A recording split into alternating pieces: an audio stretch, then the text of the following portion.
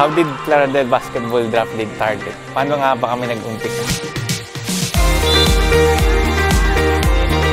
Last 2022, nung after pandemic, every weekend sa Roca or sa Green Farm, doon kami usually naglalaro talaga. Hanggang sa lumaki dahil sa Donado Bros, kay Ralph Crisostomo, sa De Luna Brothers, kay Ecleo, Coach Champy and Michael, owners ng House of Physique. Sobrang naging active kami lalo nung last Independence Day.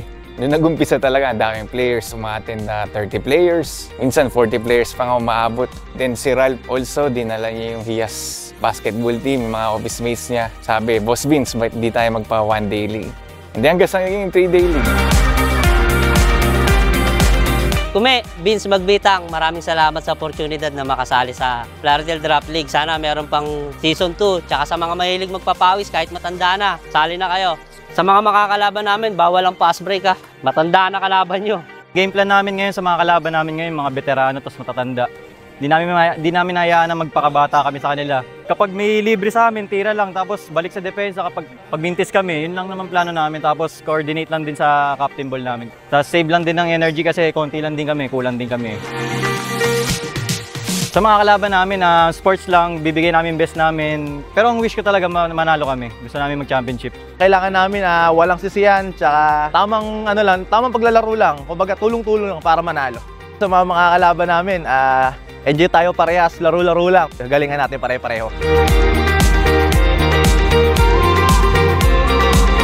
Salamat sa opportunity na to sa Plaridel Draft League na nakapaglaro-laro kami ng mga tropa namin. Sa mga kaibigan ko na naging kalabang ko rin. Maraming salamat nga pala sa paligid to ni Vince at sa mga sumusuporta sa kanya. Sana patuloy pa rin kayong magkaroon ng mga ganitong paliga para sa mga kabataan na gusto mag-basketball.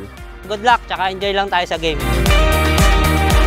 I would like to thank the sponsors, si Potatonis and then Jeff Pedrosa also from the owner of Space Out Barbershop. And then also I would like to thank Gregman Sports, siya yung gumawa ng jerseys, and also for sponsoring the trophies. Also for Attorney Christian Maika Magbitang for sponsoring the medals and awards. Kay Doc Francis Pascual na dental clinic niya sa San Nicolas for providing discounts sa dental services niya and then sa free consultation sa lahat ng players. And also, I would like to thank Mayor Tessie Bistan for sharing our FB Reels. Sobrang na-appreciate po namin na talaga pong nag-take recognition kayo sa cameraman namin na Aaron DC Photography.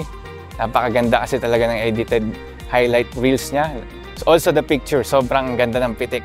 Talagang recommended. Also, I would like to thank the referees and then si Ron also for securing the venue. Also sa lahat ng players ng Plaridel Basketball Draft League. I can say na naging successful yung 3-day league talaga. Godspeed sa atin, more blessings to come, and more power. Sana mas lumaki yung community natin. Thank you guys. Plaridel Basketball Draft League #1! Woo!